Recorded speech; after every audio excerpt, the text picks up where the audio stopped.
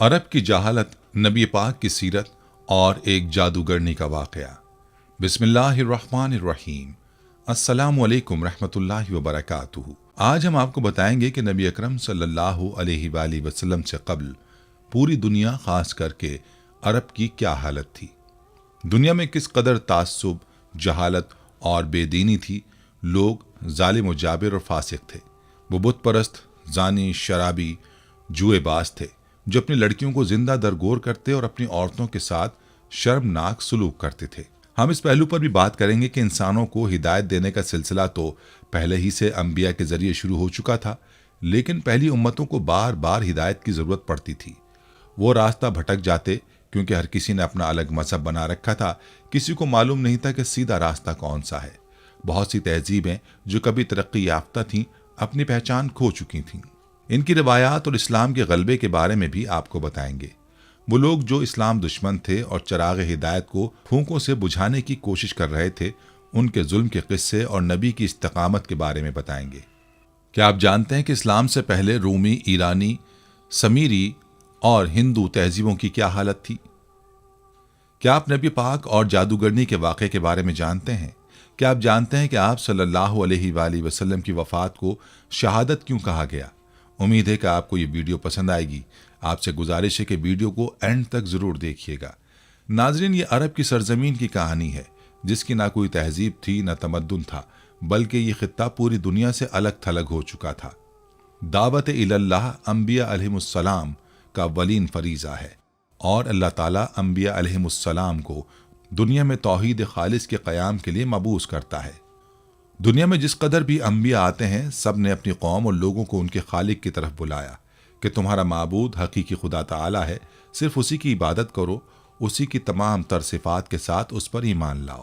آپ علیہ الصلاۃ والسلام کا دنیا میں آنا اور خاص طور پر عرب کی سرزمین پر آنا جیسے روشنیوں کی نوید تھی جو انقلاب عظیم حضرت محمد مصطفیٰ صلی اللہ علیہ وآلہ وسلم نے دنیا میں برپا کیا۔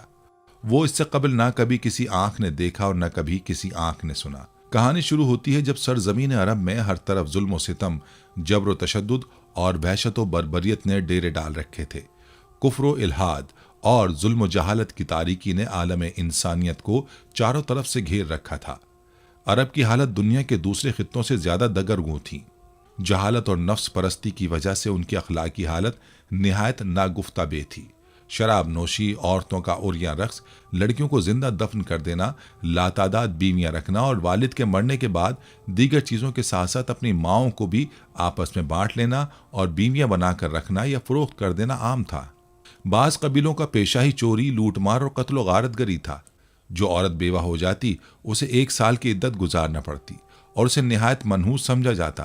1 سال تک اسے غسل اور منہ ہاتھ دھونے کے لیے پانی تک نہ دیا جاتا اور نہ پہننے کے لیے لباس ہی فراہم کیا جاتا۔ جب کسی عورت کا خاوند مر جاتا تو وہ ایک کوٹری میں داخل ہو جاتی، خراب کپڑے پہن لیتی اور خوشبو کو ہاتھ تک نہ لگاتی۔ بے حیائی اس حد تک عام ہو چکی تھی کہ حج کے موقع پر ہزاروں لوگ جمع ہوتے، لیکن قریش کے سوا سب مرد اور عورتیں برہنہ حالت میں طواف کرتے۔ حشرات الارض یعنی چھپکلی، بچھو، چھچندر، چوہے اور سانپ تک کھا جاتے۔ یتیموں کا مال کھانا اور غریبوں کو ستانا عام تھا۔ معاشی زندگی میں سود کا نظام رائج تھا۔ عورتوں اور بچوں تک کو گروی رکھ دیا جاتا۔ جیسا کہ ارشاد ہے، لوگ بچوں کو زندہ درگور کر دیتے۔ ان تمام برائیوں کے باوجود اہل عرب میں کچھ ایسی خصوصیات بھی تھیں جو آج کے مہذب اور ترقی یافتہ دور میں بھی ہمیں نظر آتی۔ مثلاً ایفا عہد، حجاز کا عرب نہ کسی کا محکوم تھا اور نہ ہوس سے ملک گیری رکھتا تھا۔ شروع سے لے کر اس وقت تک کسی غیر نے ان پر حکومت نہیں کی تھی۔ اہل عرب کی مہمان نوازی اپنے اور بیگانوں سب کے لیے عام تھی، لیکن ان سب خوبیوں کو ان کی بدکاری، ظلم و عیاشی نے اپنے ناپاک دامن میں چھپا رکھا تھا، کیونکہ بے شمار برائیوں میں چند خوبیاں دب کر رہ جاتی ہیں۔ مزید یہ کہ ان کے نزدیک اچھائی اور برائی میں کوئی فرق نہیں تھا۔ وہ ہر کام عادتاً کرتے تھے۔ یہی کیفیت ان کی مذہبی دنیا میں بھی تھی۔ مذہبی ذوق کی تسکین کے لیے انہوں نے بت تراش رکھے تھے، مگر پرستش کے باوجود وہ اپنے معبودوں کے تابع نہیں تھے۔ جو من میں آتا کر ڈالتے۔ نسلی تفاخر اپنی آخری حدوں کو چھو رہا تھا۔ وہ ہر غیر عرب کو عجم یعنی گونگا کہا کرتے تھے۔ الغرض اس وقت پورا عرب ظلم و جہالت اور اندھیر نگری کا نقشہ پیش کر رہا تھا۔ جس وقت اسلام دنیا میں آیا، مشرق و مغرب دونوں جہانوں پر جہالت کی تاریکی چھائی ہوئی تھی۔ آج ان ممالک میں بسنے والی قومیں اپنے اپنے ثقافتی ماضی کی عظمت کے بارے میں جو کچھ بھی کہیں، لیکن واقعہ یہ ہے کہ ظہور اسلام سے بہت پہلے ان اقوام کی علمی اور ثقافتی سرگرمیاں ختم ہو چکی تھیں اور وہ ضلالت کی زندگی بسر کر رہے تھے۔ انسانیت آمریت اور شہنشاہیت کے ظلم کا شکار تھی۔ شرف انسانی کی ہر قدر پامال ہو چکی تھی۔ جزیرہ نمائے عرب میں ہی نہیں، پوری دنیا ظلم و جبر کا منظر پیش کر رہی تھی۔ انسانی حقوق کا ہر تصور حکمرانوں کی انا کی گرد میں گم ہو چکا تھا۔ قبل از بعثت محمدی صلی اللہ علیہ وآلہ وسلم روم اور ایران اپنے وقت کے عالمی طاقت سپر پاور کی حیثیت رکھتے تھے۔ اس وقت یہ سپر پاورز تہذیب نسل انسانی کے ارتقاء کے بجائے چھوٹے اور کمزور ممالک پر غلامی کی سیاہ رات مسلط کر کے ایک غیر فطری احساس برتری کے لا علاج مرض میں مبتلا تھیں۔ طبقاتی کشمکش تمام تر قباحتوں کے ساتھ ابن آدم کا مقدر بنی ہوئی تھیں۔ سماجی برائیوں کا چنگل ذہن انسانی تک محیط ہو چکا تھا۔ تاریخ کا سفر جاری رہا اور سیاسی، سماجی، روحانی اور اقتصادی زنجیروں کی گرفت سے بچنے کی ہر کوشش ناکام ہونے لگی۔ ایرانیوں اور رومیوں کے حکمران طبقے پرآسائش زندگی گزار رہے تھے۔ حکمرانوں کے گرد خوشامدیوں کا ٹولہ جمع ہو چکا تھا۔ علاوہ ازیں اہل ہنر بھی ان حکمرانوں کی دہلیز پر کھنچے چلے آ رہے تھے۔ یہ اہل کمال بھی اپنا کمال ان حکمرانوں کی پرآسائش زندگیوں کو مزید پرآسائش بنانے کے لیے استعمال کرتے، شاہی خزانے سے انعام پاتے اور حکمران عوام کے خون پسینے کی کمائی سے اپنے عشرت قدے سجاتے۔ عوام کے ساتھ جانوروں سے بھی بدتر سلوک ہوتا۔ حکمران اور محکوم طبقوں کے درمیان نفرت کی ایک وسیع خلیج حائل تھی۔ ظلم کا بازار گرم تھا اور سلطانی جمہور کے کہیں بھی آثار نظر نہ آتے تھے۔ عیسائی دنیا بھی عجیب فکری اور نظری تضاد کا شکار تھی۔ آسمانی ہدایت میں رد و بدل کے بعد اس کی صورتحال بھی بدل چکی تھی۔ 4 صدی عیسوی میں نصرانی حضرت عیسیٰ علیہ السلام کی تعلیمات سے بہت دور ہو چکے تھے۔ یونانی خرافات سے لے کر رومی بت پرستی تک ہر برائی کو عیسائی دنیا نے اپنے گلے سے لگا رکھا تھا۔ عیسائی مذہب چند بے جان عقائد اور بے کیف مراسم تک محدود ہو کر رہ گیا تھا۔ روم کے مشرقی ریاست میں اجتماعی بدنظمی اپنی انتہا کو پہنچ چکی تھی۔ مجبور اور بے بس عوام کے صبر کا پیمانہ لبریز ہو چکا تھا اور بڑے پیمانے پر فساد شروع ہو چکے تھے۔ اخلاق و کردار کی باتیں قصہ پارینہ بن چکی تھیں۔ ہر چیز پر شیطانیت غالب آ چکی تھی۔ غلامی کے ادارے کو عمرا نے اپنی ضرورت بنا لیا تھا۔ رومیوں کے اعلیٰ طبقات نے زمینوں پر قبضہ جما کر غلاموں کی کثیر تعداد کو کھیتی باڑی پر لگا رکھا تھا۔ ان غلاموں کی اولاد بھی خون پسینہ ایک کر کے زمین کا رزق بنتی رہی۔ رومی غلاموں کے ساتھ وحشیانہ سلوک کرتے۔ پہلی صدی عیسوی میں رومیوں کی فتوحات کا سلسلہ ختم ہوا تو غلاموں کی آبادی میں بھی کمی واقع ہونے لگی، جس کے نتیجے میں محنت کش افراد کی نفری بھی کم ہو گئی۔ بہت سے جاگیردار جزوی طور پر اپنی زمینیں مزاروں میں تقسیم کرنے پر مجبور ہو گئے۔ حقیقت یہ ہے کہ رومی معاشرہ وحشت، درندگی اور بربریت کی علامت بن چکا تھا۔ حاکم اور محکوم کے 2 طبقے وجود پہ آ چکے تھے۔ ایک طبقہ عمرا کا تھا جس کا مقصد عوام پر حکومت کرنا تھا، اور دوسرا عوام کا محکوم طبقہ تھا جو نسل در نسل حکمران طبقے کی خدمت بجا لا رہا تھا۔ یورپ میں ابھی تک تہذیب و تمدن اور علم و اخلاق کی صبح نمودار نہیں ہوئی تھی۔ یہ قومیں جہالت و ناخواندگی اور جنگ و جدل میں ڈوبی ہوئی تھیں اور ظلم و جہالت کی تاریکی میں ہاتھ پاؤں مار رہی تھیں، مگر بار بار مصائب و مشکلات میں گھرنے کے باوجود بھی یہ عقل کے ناخن نہیں لے رہی تھیں۔ دوسری طرف یہ قومیں مہذب اور متمدن معاشرے سے بالکل الگ تھلگ گھٹا ٹوپ اندھیروں میں ٹامک ٹوئیاں مار رہی تھیں، اور ترقی یافتہ تمام قومیں ان سے تقریباً ناآشنا تھیں۔ مشرق و مغرب کے ممالک میں جو انقلاب انگیز واقعات سے تغیرات پیش آ رہے تھے، ان سے ان قوموں کا دور کا بھی واسطہ نہیں تھا۔ نہ دینی حوالے سے ان کے پاس کوئی طریق تھا اور نہ سیاسی دنیا میں ان کا کوئی مقام۔ رابرٹ برفالٹ لکھتا ہے، 5ویں صدی سے لے کر 10ویں صدی تک یورپ پر گہری کی تاریکی چھائی ہوئی تھی، اور یہ تاریکی تدریجاً گہری اور بھیانک ہوتی جا رہی تھی۔ اس دور کی وحشت و بربریت زمانے قدیم کی وحشت و بربریت سے کئی درجہ زیادہ بڑھی ہوئی تھی۔ اس تمدن کے نشانات مٹ رہے تھے اور اس پر زوال کی مہر لگ چکی تھی۔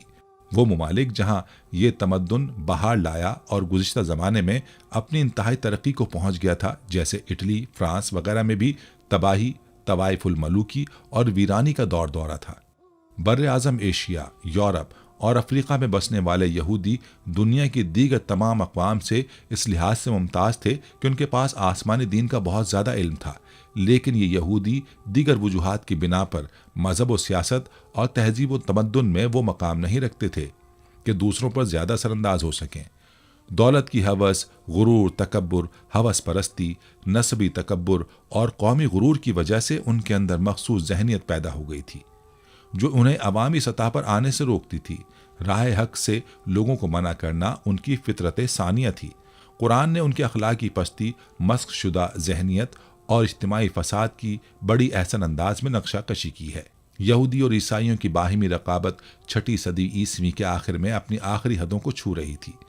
ایک دوسرے کو ذلیل و رسوا کرنے، خون بہانے اور مفتوح اقوام کے ساتھ غیر انسانی سلوک روا رکھتے۔ اس سفاکی جبر و تشدد اور وحشت و بربریت کے اس ماحول میں جس کا مظاہرہ یہ دونوں مذاہب وقتاً فوقتاً کرتے رہتے تھے، ان سے کیا توقع کی جا سکتی تھی کہ وہ اپنے دور حکومت میں انسانیت کے پاسباں ہوں گے اور حق و انصاف اور عدل و مساوات کی اقدار کی پاسداری کریں گے؟ ناظرین، اسلام کی آمد سے قبل دنیا میں بے شمار تہذیبیں عروج و زوال سے دوچار ہوئیں، لیکن آج چند ایک کے سوا سب اپنا تشخص کھو چکی ہیں۔ جن میں سے چند تہذیبوں کے بارے میں آپ کو بتاتے ہیں۔ جنوبی عراق میں شمال کی طرف سے ایک نئی قوم کے لوگ آ کر آباد ہوئے۔ یہ لوگ اپنے ساتھ دھات کے استعمال کی ترقی یافتہ صنعت اور کمہار کے چاک کی ایجاد لے کر آئے تھے۔ 3000 قبل مسیح سے کچھ عرصہ قبل جنوبی عراق پر اس اجنبی قوم کا قبضہ ہو گیا جو ایک متمدن قوم تھی، اور یوں سمیری تہذیب وجود میں آئی۔ اہل مصر بھی شاندار تہذیبی روایات کے حامل تھے۔ سمیری تہذیب مصری تہذیب سے قدیم تھی۔ اہل مصر ایک ترقی یافتہ قوم تھے۔ ان کا کلچر سمیری کلچر سے مختلف تھا اور انفرادیت کا حامل تھا۔ مصری قوم میں لیبیا، مغربی ایشیا، سامی، سوڈانی اور توبیائی لوگ بھی شامل تھے، اور یوں ایک مخلوط تہذیب وجود میں آئی جو ثقافتی اعتبار سے بھی توانا روایات کی حامل تھی۔ حکمران فرعون کہلاتے اور ملک کے سیاہ و سفید کے مالک ہوتے۔ عوام سے بےگار لی جاتی اور ان کے خون کا آخری قطرہ تک نچوڑ دیا جاتا۔ عوام حکمرانوں کے لیے عالیشان عمارتیں تعمیر کرنے اور ان کے ہوس سے ملک گیری کے لیے اپنی جانیں تک قربان کر دیتے۔ ہتی آریائی نسل سے تعلق رکھنے والے مختلف قبائل کو کہتے ہیں۔ یہ لوگ 3000 قبل مسیح کے وسط تک اپنے اصل وطن بحیرہ کیپسین میں آباد تھے۔ باوجہ یہ قبائل شام سے ہوتے ہوئے اناتولیا جا پہنچے۔ وہاں انہوں نے مقامی لوگوں سے ابتدائی اصول و ضوابط سیکھے اور پھر شاہراہ ترقی پر گامزن ہو کر 1600 قبل مسیح انہوں نے ایشیائے کوچک میں ایک منظم اور طاقتور حکومت قائم کی۔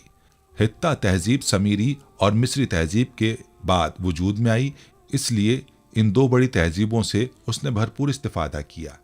فونیقی دراصل سامی النسل تھے۔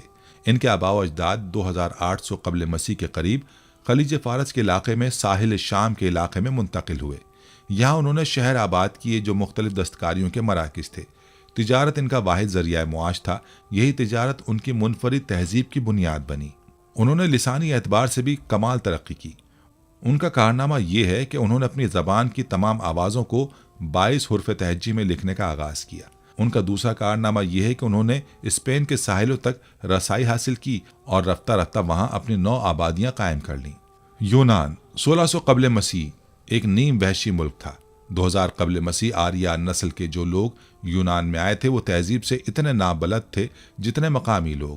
8ویں صدی کے وسط میں یونانی قوم میں بیداری کی لہر پیدا ہوئی اور ترقی کے آثار نظر آنے لگے۔ سابقہ 4 صدیوں کے دور کے یونانی لوگ مشترکہ تہذیب و تمدن کی بعض مخصوص اور منفرد خصوصیات قائم کرنے میں کامیاب ہو گئے تھے۔ شہری ریاست اگرچہ یونان سے قبل سمیری تہذیب میں معرض وجود میں آ چکی تھی، لیکن جتنا انہماک اور شوق یونانیوں نے ظاہر کیا اور شہری ریاستوں کے تصور کو اپنی تہذیب کا حصہ بنا لیا، اتنا جوش و خروش خود سمیری تہذیب میں بھی نہیں پایا جاتا تھا۔ یونانی تہذیب و تمدن کے 2 بنیادی رجحان فلسفہ اور سائنس تھے، جو بعد میں یورپی اقوام کی مادی ترقی کا باعث بنے۔ تہذیب و تمدن کے ابتدائی مراکز میں سے جنوب مغربی ایران کا علاقہ خاص اہمیت کا حامل تھا۔ خلیج فارس سے ملا ہوا یہ علاقہ قدیم زمانے میں علام کے نام سے مشہور تھا۔ آثار قدیمہ کے دریافتوں سے یہ چیز ثابت ہو چکی ہے کہ سمیری تہذیب کے ابتدائی زمانے سے علام کے مرکزی شہر سوسا میں ایک ترقی یافتہ تمدن موجود تھا۔ ظہور اسلام کے وقت ایران ایک طاقتور ملک گردانا جاتا تھا، عسکری حوالے سے بھی اور تہذیبی حوالے سے بھی۔ اس لیے ایران کو اس عہد کی سپر پاور سے تعبیر کیا جاتا ہے۔ مگر ظہور اسلام سے کچھ پہلے جہالت کی جو آندیاں دنیا میں چل رہی تھیں، ایران بھی اس سے محفوظ نہ رہ سکا۔ بہرام نے جو 6 صدی عیسوی میں ایران کا حکمران تھا، اپنی بہن سے ازدواجی تعلق قائم کر رکھے تھے۔ چنانچہ ابن جریر طبری رقم تراز ہیں، شاہ بہرام کی کردیہ نامی ایک بہن تھی جو تمام عورتوں سے بڑھ کر نہایت خوبصورت اور کامل ترین تھی۔ اس نے اس کے ساتھ ازدواجی تعلقات قائم کر رکھے تھے۔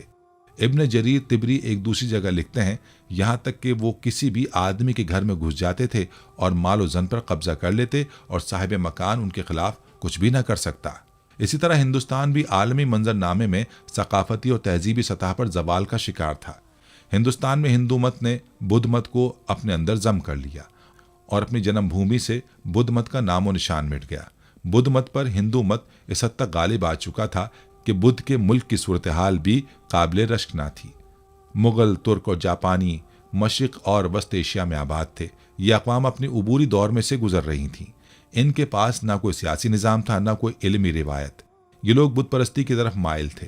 ہندوستان میں اس وقت اگرچہ ایک سیاسی وحدت نہیں تھا، بلکہ ان گنت سیاسی اکائیوں میں تقسیم تھا، تاہم ہندو مت اپنا ایک ثقافتی پس منظر رکھتا تھا۔ اسی ثقافتی توانائی کی بدولت اس نے بدھ مت اور جین مت کو اپنے اندر ضم کر لیا۔ ہندوستان ذات پات کی حد بندیوں میں جکڑا ہوا تھا۔ غیر انسانی بنیادوں پر انسانوں کو 4 طبقات میں تقسیم کر دیا گیا۔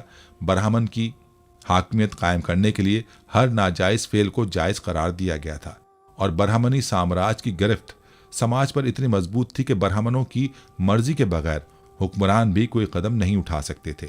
جنسی خواہشات اور شہوانی جذبات کو ابھارنے والے عناصر جس قدر ہندوستان کی قدیم تہذیب و تمدن میں تھے، کسی دوسرے ملک میں نہیں پائے جاتے تھے۔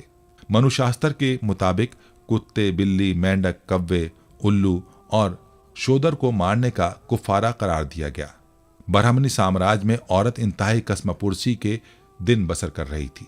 مرنے والے شوہر کے ساتھ اسے بھی جل کر مرنا ہوتا، یا ساری عمر بیوگی کی زندگی بسر کرتی اور اسے سماج کے تانوں کا ہدف بننا پڑتا۔ سرزمین ہند غیر انسانی روایات کی آماجگاہ بن چکی تھی۔ جہالت و توہم پرستی نے ذہن انسانی کو اپنی گرفت میں لے رکھا تھا۔ ناظرین، ہندوستان کا علمی و ثقافتی ماضی کتنا ہی تابناک کیوں نہ رہا ہو، مگر ظہور اسلام کے زمانے میں جب بدھ مت کے مقابلے میں برہمنیت کو عروج ہوا تو اس کے تعصب و تنگ نظری نے اپنے حریفوں کی بیخ کنی کے ساتھ ساتھ ان کی علمی سرگرمیوں کو بھی مٹا ڈالا۔ چنانچہ اگر ان کے علمی و حکومی کارنامے کچھ محفوظ ہیں تو صرف غیر ملکی، مثلا چینی، تبتی یا عرب مصنفین کے یہاں ملتے ہیں۔ شروع میں ان کی طب اور حیت کی طرف مسلمانوں نے توجہ کی، مگر جلد ہی انہیں اس کی محدودیت کا اندازہ ہو گیا۔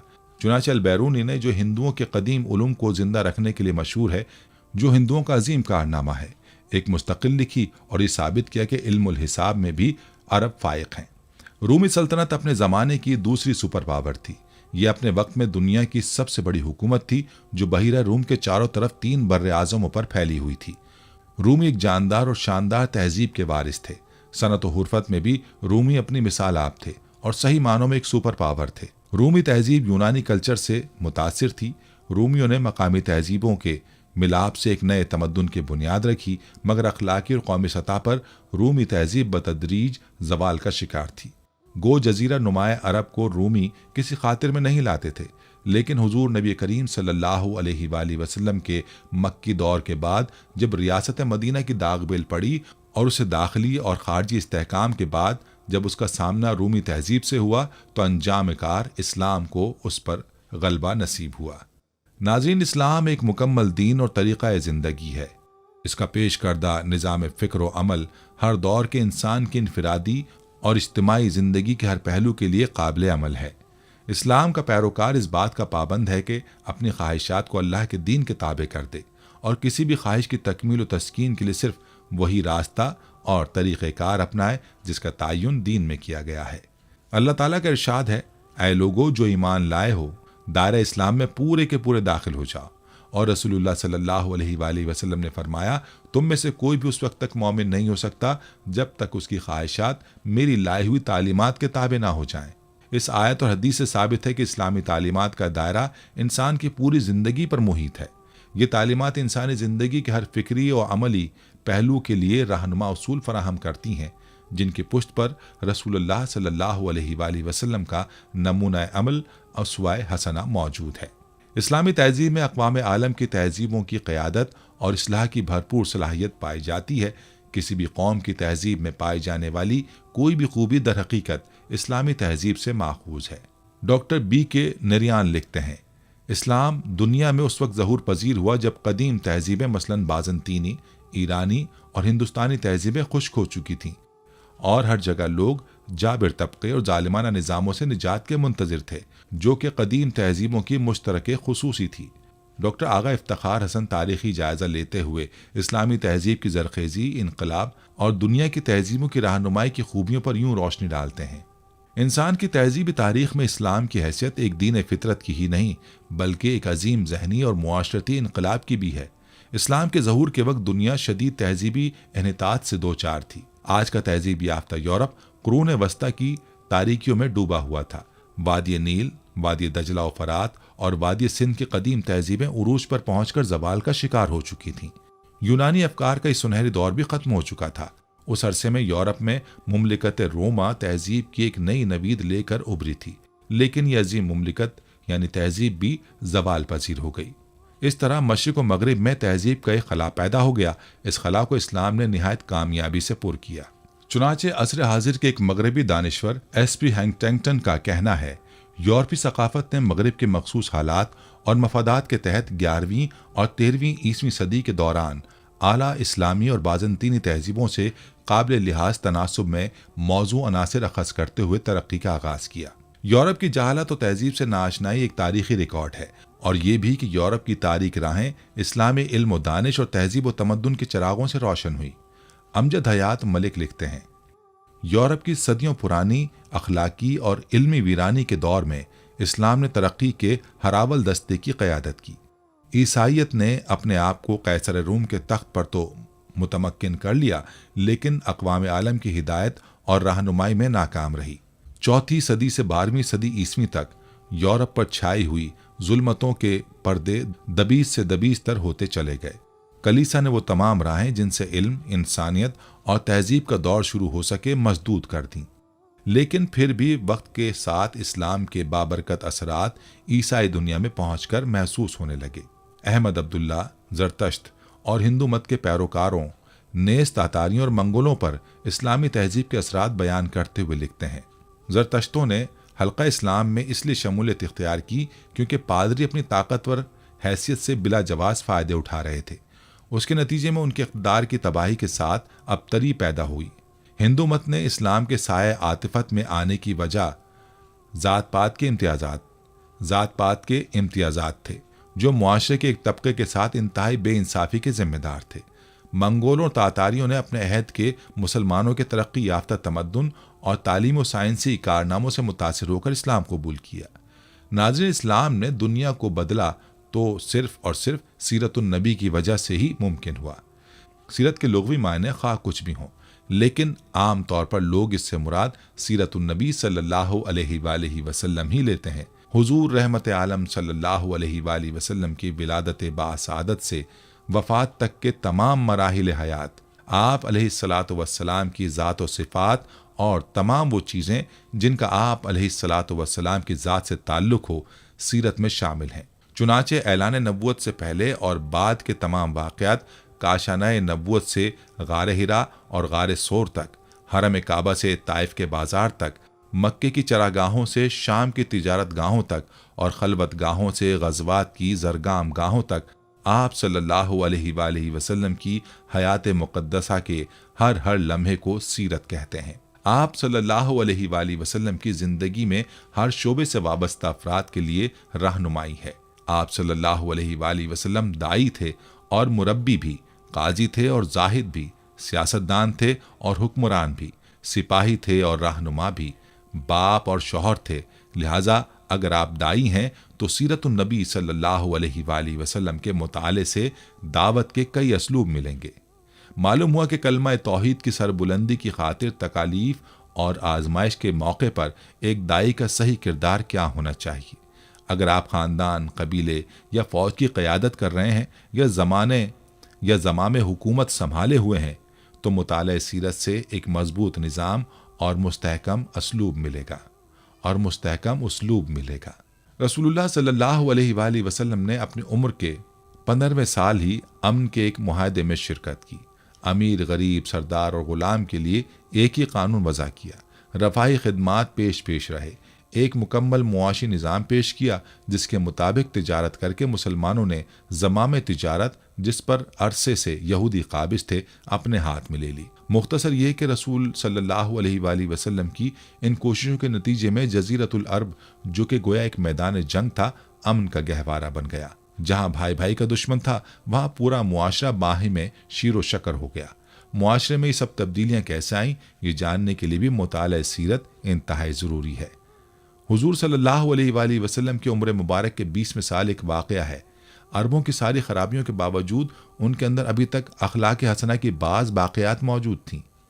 ظلم کے خلاف کبھی کبھار ان کی رگ حمیت جاگ اٹھتی تھی اور وہ ظلم سے مظلوم کا حق دلانے کے لیے سینہ سپر ہو جاتے تھے۔ قبیلہ بنو زید کا ایک شخص کچھ مال تجارت لے کر مکہ آیا۔ اس کی بیٹی بھی اس کے ساتھ تھی۔ اس تاجر سے اس کا سامان مکہ کے مشہور اور مالدار سردار عاص بن وائل نے خرید لیا، لیکن اس نے سینہ زوری کرتے ہوئے اس زبیدی تاجر کی بیٹی کو بھی اپنے قبضے میں لے لیا۔ وہ اجنبی شخص خانہ کعبہ میں آیا اور خانہ کعبہ کے غلاف پکڑ کر بلند آواز سے روتے پیٹتے ہوئے فریاد کرنے لگا، اے شہر مکہ کے شرفا، تمہارے با اثر آدمی عاص بن وائل نے مجھ سے زبردستی میری بیٹی چھین لی ہے۔ میں مسافر اور مظلوم ہوں، تمہاری خدمت میں درخواست گزار ہوں کہ میری داد رسی کرو اور میری بیٹی مجھے واپس دلاؤ۔ قریش کے کچھ نوجوانوں نے اس مظلوم کی آہ و پکار سنی تو اللہ تعالیٰ نے ان کے دلوں میں یہ بات ڈال دی کہ مردانگی کا تقاضا ہے کہ اس مسافر کی داد رسی کی جائے۔ جب تاریخ میں ہم اس واقعے کا مطالعہ کرتے ہیں تو دل سے یہ بات اٹھتی ہے کہ اللہ تعالیٰ نے اپنے گھر کے اندر ایک مظلوم کی داد رسی کو شرف قبولیت بخشتے ہوئے ان لوگوں کے دل خیر کی جانب آمادہ کر دیے۔ غالب گمان یہ ہے کہ یہ لوگ درجن بھر کے لگ بھگ ہوں گے۔ نبی اکرم صلی اللہ علیہ وآلہ وسلم ان میں پیش تھے۔ یہ سب لوگ اس زبیدی کو اپنے ساتھ لے کر عاص بن وائل کے دروازے پر پہنچے۔ اسے باہر بلایا گیا اور سب نے یک زبان کہا کہ اس مظلوم پر تم نے کیوں ظلم ڈھایا؟ اس ظالم نے کہا کہ میں نے کوئی ظلم نہیں کیا، وہ لڑکی کنیز ہے۔ جب مال کا سودا کیا تھا تو یہ لڑکی بھی میں نے اس شخص سے خرید لی تھی۔ عاص بن وائل کا جواب سن کر وفد کے لوگوں نے زبیدی سے وضاحت مانگی تو اس نے کہا، خانہ کعبہ کی عظمت و تقدیس کی قسم، میں نے اپنی لڑکی بیچی نہیں ہے اور نہ ہی وہ کنیز ہے، وہ میری بیٹی ہے۔ اور اس شخص نے اپنی قوت کے